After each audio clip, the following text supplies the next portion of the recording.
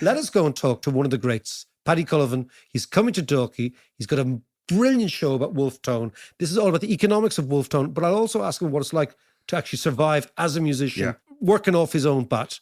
So let's go and let's talk to Paddy. Would you look who's there? It's the Paddy Cullivan.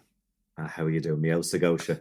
One of the great expressions. Paddy, I want to talk to you about Wolfe Tone, the economics of Wolfe Tone, which I am fascinated by. And I also want to talk about something that John and I have been discussing earlier on the podcast, which is also the difficulty for the artist to make a living in any country, but in particular this country. So on the one hand, we celebrate our Joyces and our Yeatses and our all those fellas, and they were right. But on the other hand, the day-to-day reality of making a crust from your art is something that I don't think many people think about.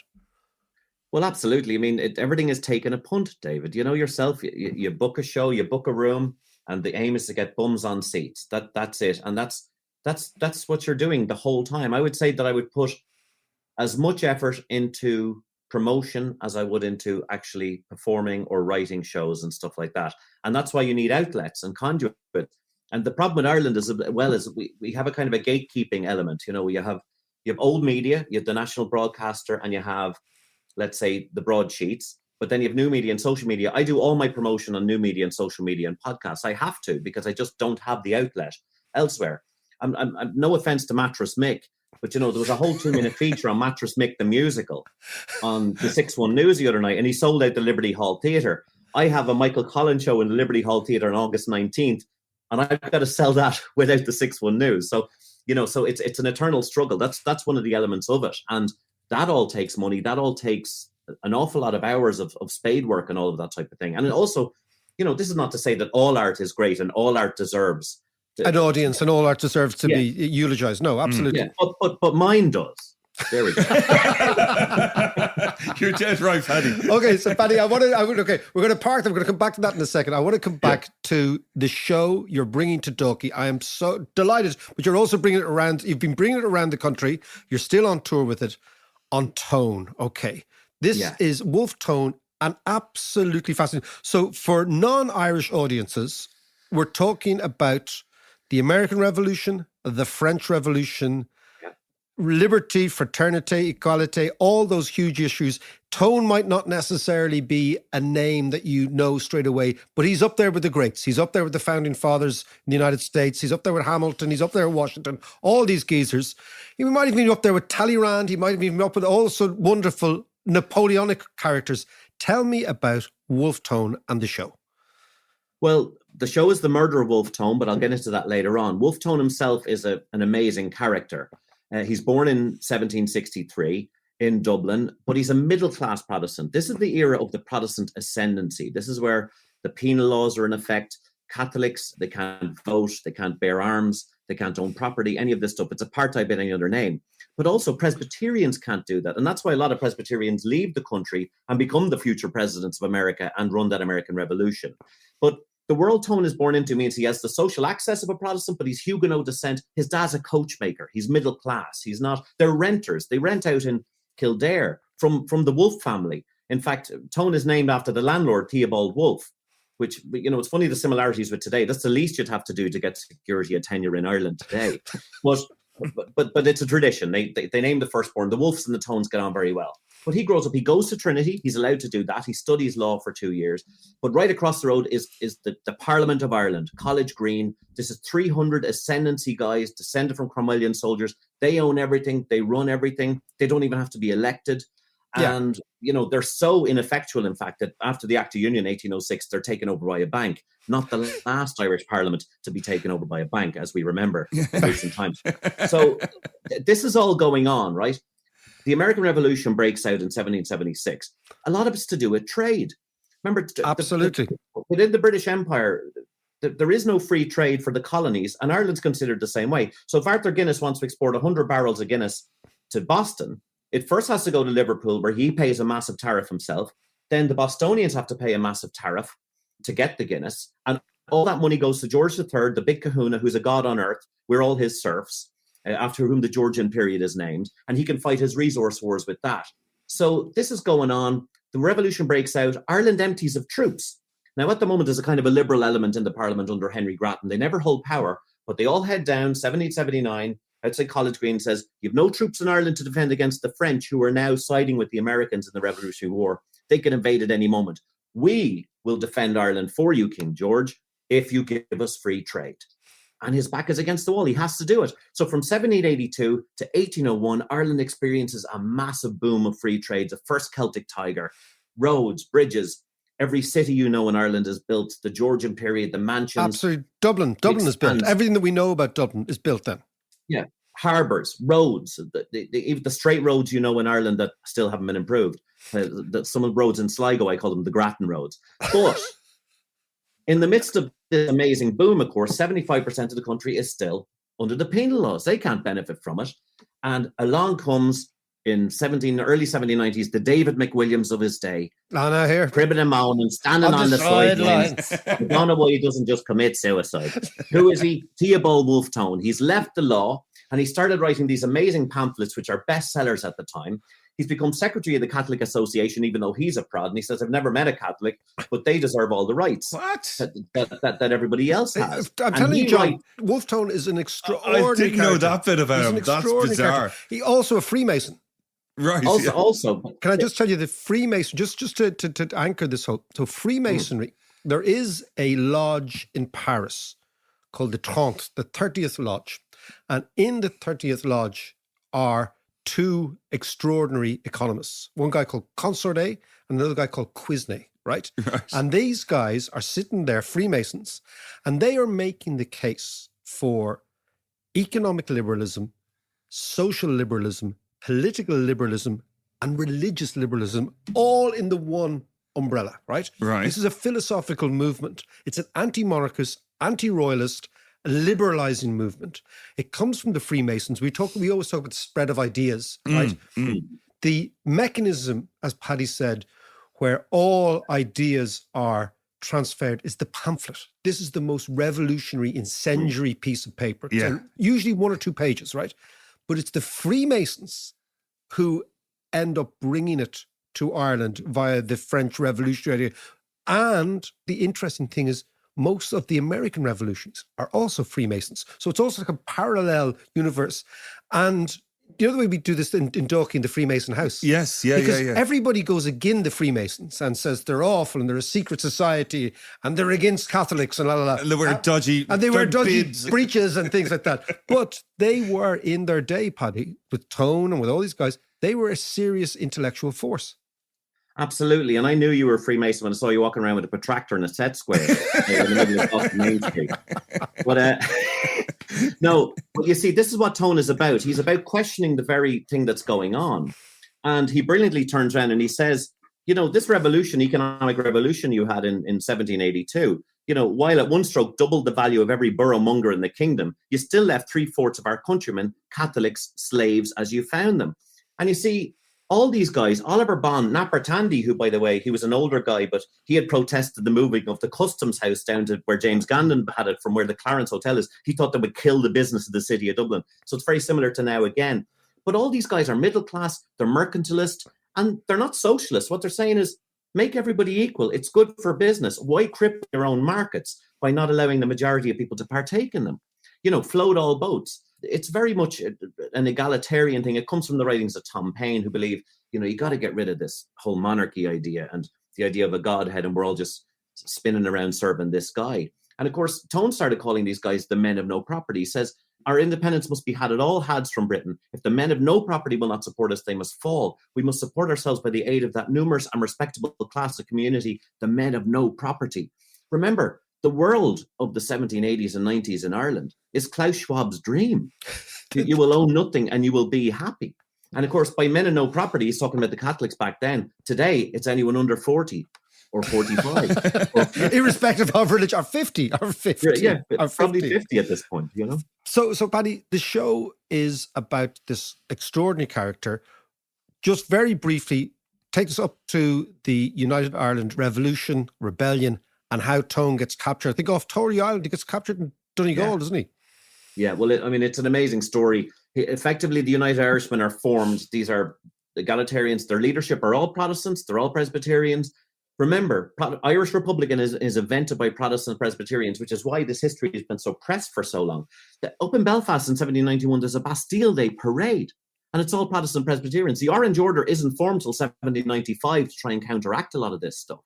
In 1792, they hold a festival, the Belfast Harp Festival. So these guys are putting on music festivals as well, but it's also another way to agitate and recruit for this new force, who don't become militant until about 1795, when they're banned completely. And if you swear an oath of allegiance, you'll be killed by the government in Ireland and all of this. So Tone has to hightail it. He leaves with the whole family, heads to America, meets George Washington, says, look, can you raise an army and we're going to have a legitimate revolution in Ireland, a fair war, between two sides, two armies, two professional armies, and that's what's going to happen.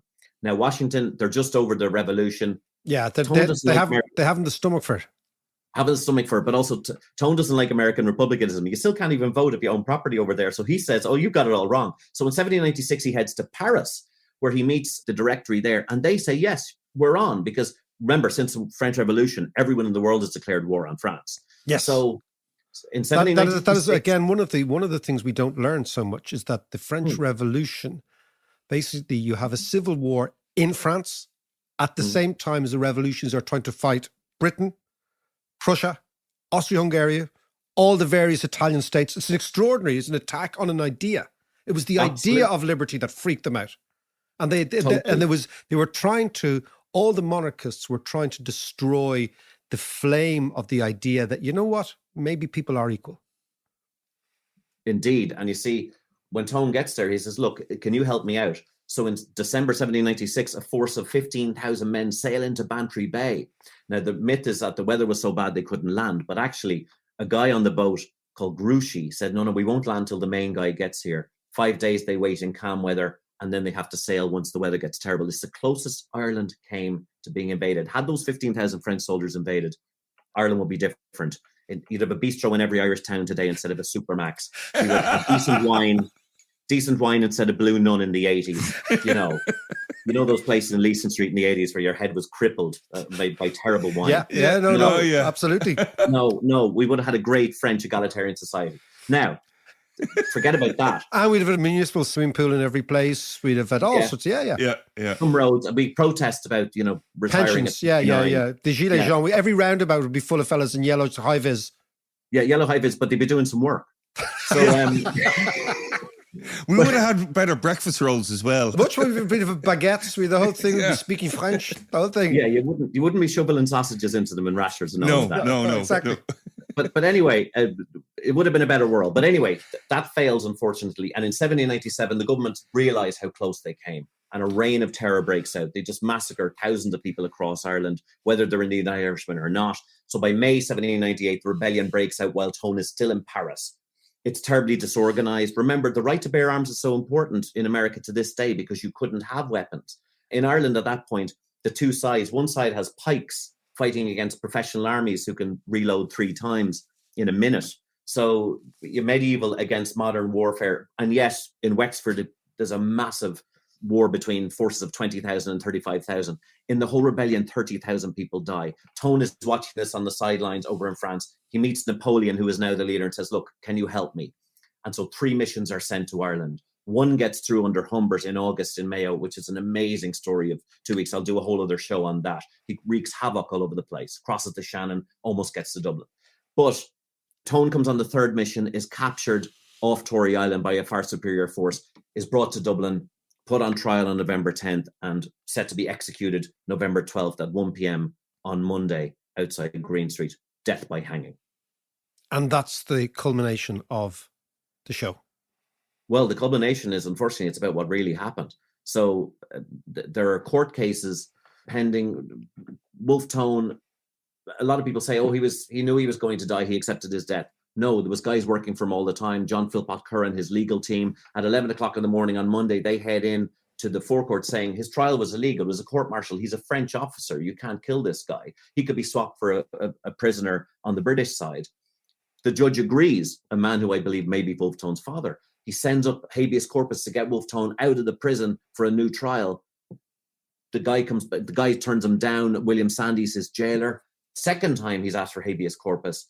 and a surgeon comes back, a French surgeon called Benjamin Lintain, and says, "Oh, sorry, Tone attempted suicide on himself last night. He can't be moved." For 8 days, Tone struggles to live and dies 8 days later. No one's allowed to visit him. It's all very shady. I go into this in The Murder of Tone, and I prove actually that he was murdered. I go right back to original sources, letters. Every letter Tone wrote after he tried to commit suicide is a fake.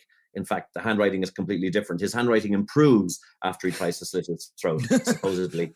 And there's many other shady aspects of this. It's a wonderful story. It's very different to the Collins story, which is a bigger public thing. This would be more like the Jeffrey Epstein case, in that he dies in prison. It's all very dark and hidden. But now, no comparison between Tone and Epstein as people, but the circumstances. The jailers, the vested interests, who wanted him dead, who didn't want him dead, all that sort of stuff. And again, it's collusion between Dublin law enforcement, the government of the day. There's actually a split in the government of the day between Cornwallis, who lost the American war, who wants to show a bit of mercy to people, and this kind of dark cabal of the Dublin Orange Lodge, who wanted to take out the leader. And by having Tone commit suicide, they effectively besmirch his reputation for the next 25 years. Precisely.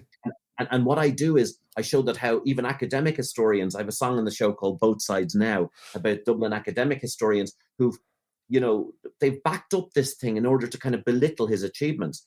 Remember, Wolfe Tone's papers came out. His wife is an incredible woman. His son, William, became one of the best soldiers in the Napoleonic Army. They called him the Little Wolf. In 1826, in America, they publish his writings, and it causes a sensation. His diaries are hilarious. He's a very funny guy.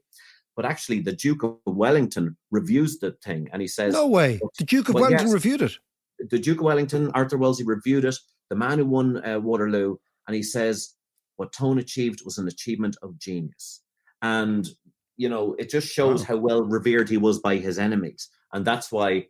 Which is always the mark. It's always the mark of a man. Always the mark, yeah. And of course, Wellington, of course, is the guy who gave emancipation to the Catholics 2 years later as Prime Minister of Britain. I have a lot of time for him. I can't bear people who want to give the Wellington Monument. That, even though he was an enemy of the Republicans, he respected them. And that's something I really appreciate about him. But Tone...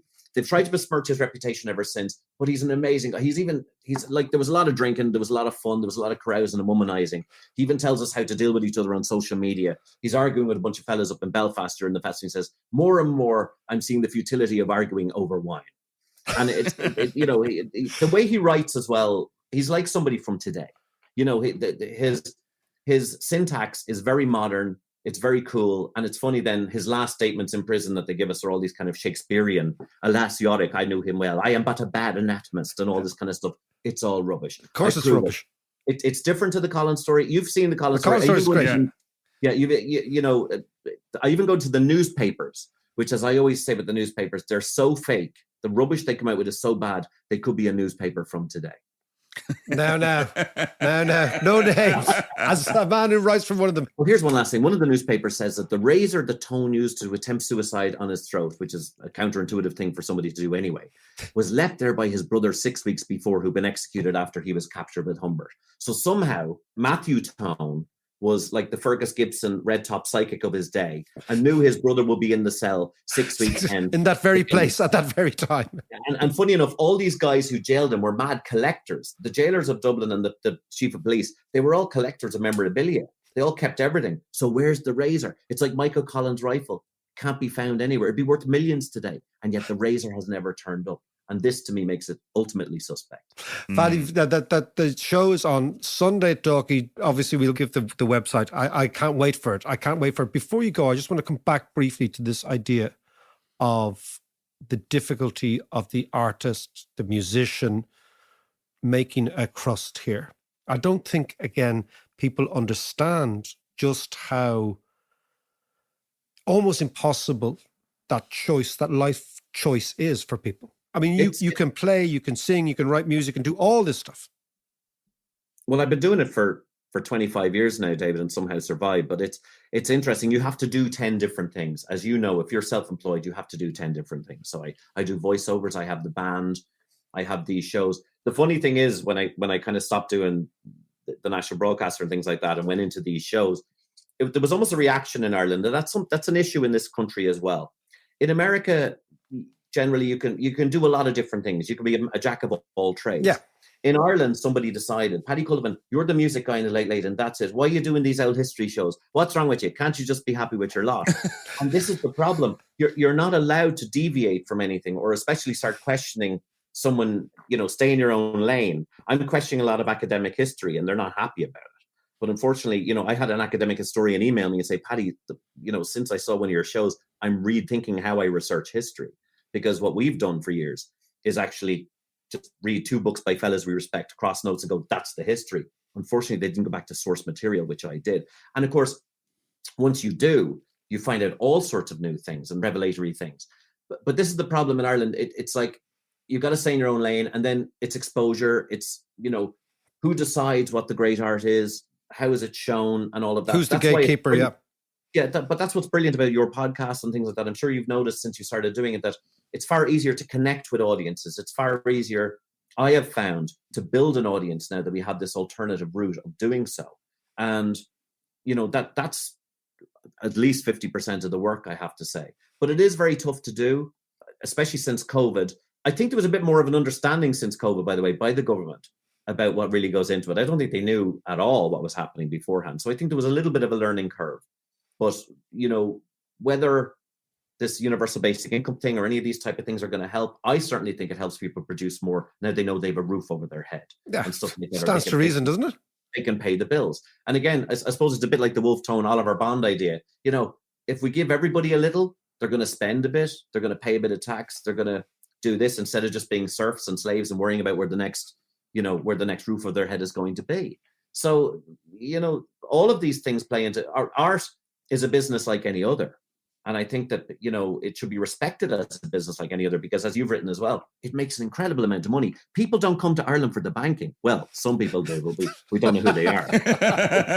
But they come here for the culture. They come here for the music. They come here for the art. They come here for the chat and the discussions.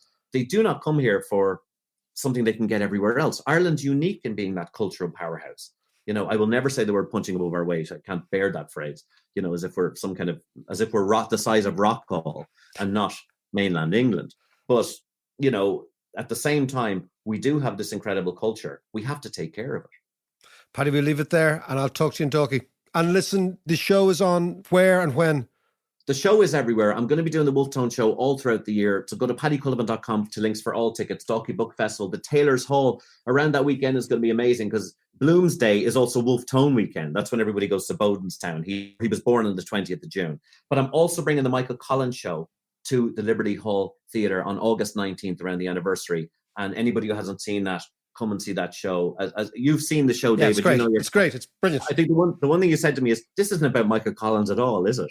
You said it's about how the Irish think, Exactly. about the Irish psyche and dealing with trauma, and how we have to make up stuff and tell fibs to ourselves rather than deal with the reality of things. That's very true. Listen, Paddy, we will let it go. I will talk to you soon. Great to talk to you. Thanks, David. Cheers, Paddy.